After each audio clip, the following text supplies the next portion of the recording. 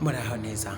Ibi ni Birori TV, ni mwene Kayanza nk'abandinore Alex. Uri mwene nde nawe nyibwira. Bwa bucukumbuzi ni ya gahunda itoroshye, ni ya makuru n'ubucukumbuzi butandukanye. Ubu tugiye kukubwira umuntu udasanzwe, ni ingwanyi, intwari ya Afurika. Yaratashye ariko ntarataha mu mitima yacu. Yaragiye aharuhukiye mu mahoro. Yafashwe nk'imbohe, afatwa nk'igisambo, ariko arahatana. Avuye mu munyururu, ibyo yahataniye, ibyo yashakaga, arakomeza arahatana. Yavutse ari intwari, apfa ari intwari, n'ahashyinguye na n'ubu aracyari intwari. Nelson Mandela. Ushobora kuba warize amateka cyangwa utarayize. Ushobora kuba ukeneye kumenya amateka ya Nelson Mandela.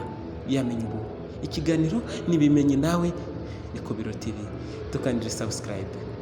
Ngayo nguko, tega amatwi nkwibwirire. Benshi bemeza ko Nelson Mandela ari intwari ya Afurika.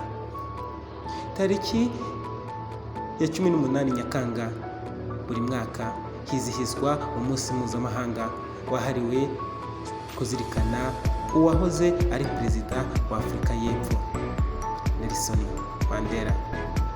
Kubera ubutwari n'ubwitange yagaragaje aharanira ubwigenge bw'icyo gihugu, ariho benshi bahera bamwita intwari ya Afurika, Nelson Mandela. Bimwe mu byaranze Mandela ni ukubahiriza uburenganzira bwa muntu, akaba yibukirwa ku kintu gikomeye cyo kurwanya ivanguraruhu rya apartheid na apartheid policy byakorerwaga abirabura bo muri Afurika y'Epfo. Bikaba ari byo byatumye isi yose imufata nk'umuntu w'intwari, ndetse hagashyirwaho umunsi wo kubyibuka. Ubuzima ndetse n'ibikorwa by'umwihariko bya Mandela byagiye bikoreshwa hirya no hino mu kwigisha abatuye isi kugira urukundo n'ubutwari, ndetse bamwe bahitamo kwitwa amazina ye. Mu Rwanda hari ababyeyi bahisemo kwita izina Mandela abana babo kubera ubutwari bamwumvagaho.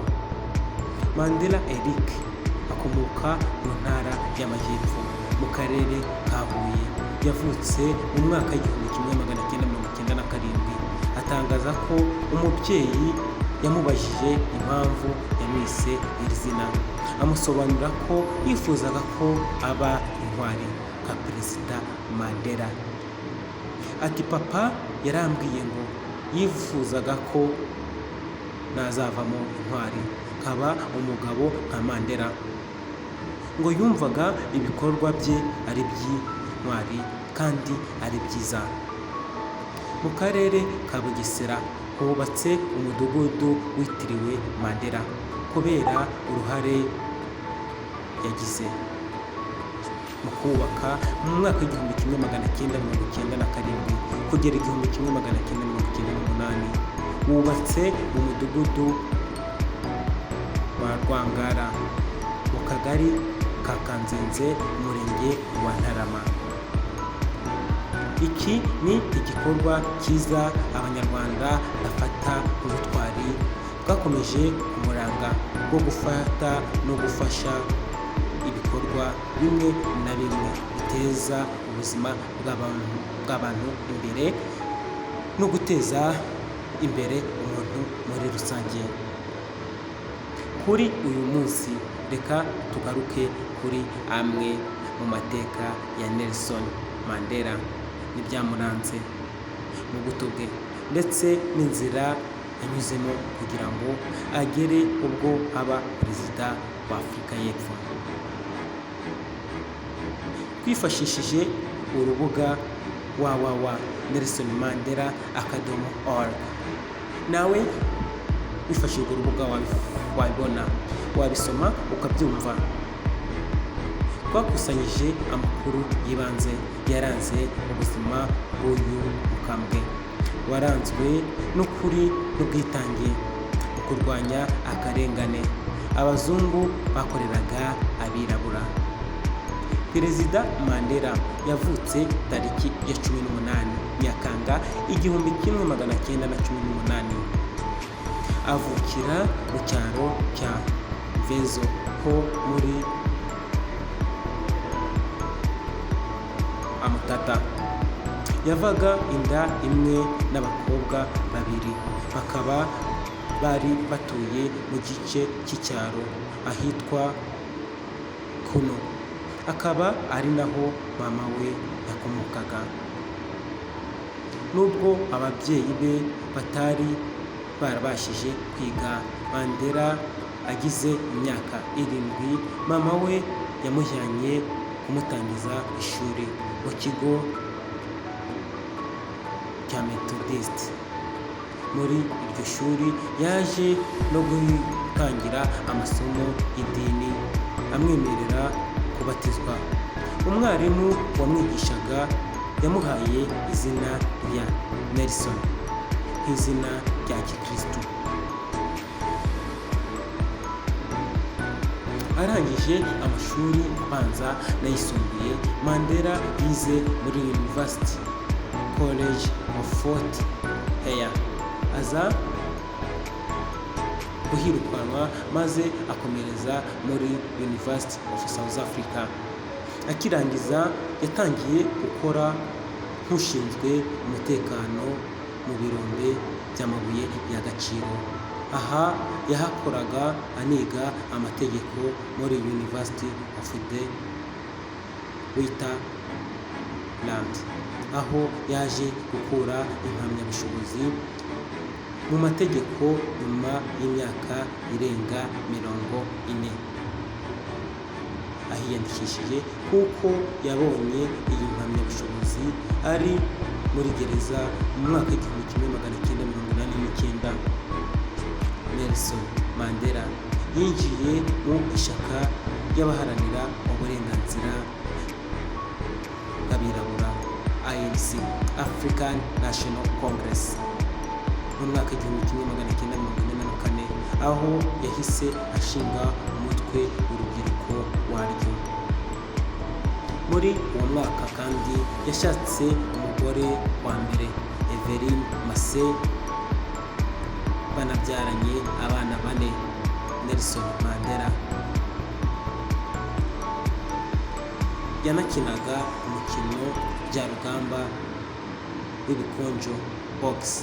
Mandela yaje gukorana na Olivier Tambo, undi mwirabura waharaniraga uburenganzira bw'abirabura muri Afurika y'Epfo.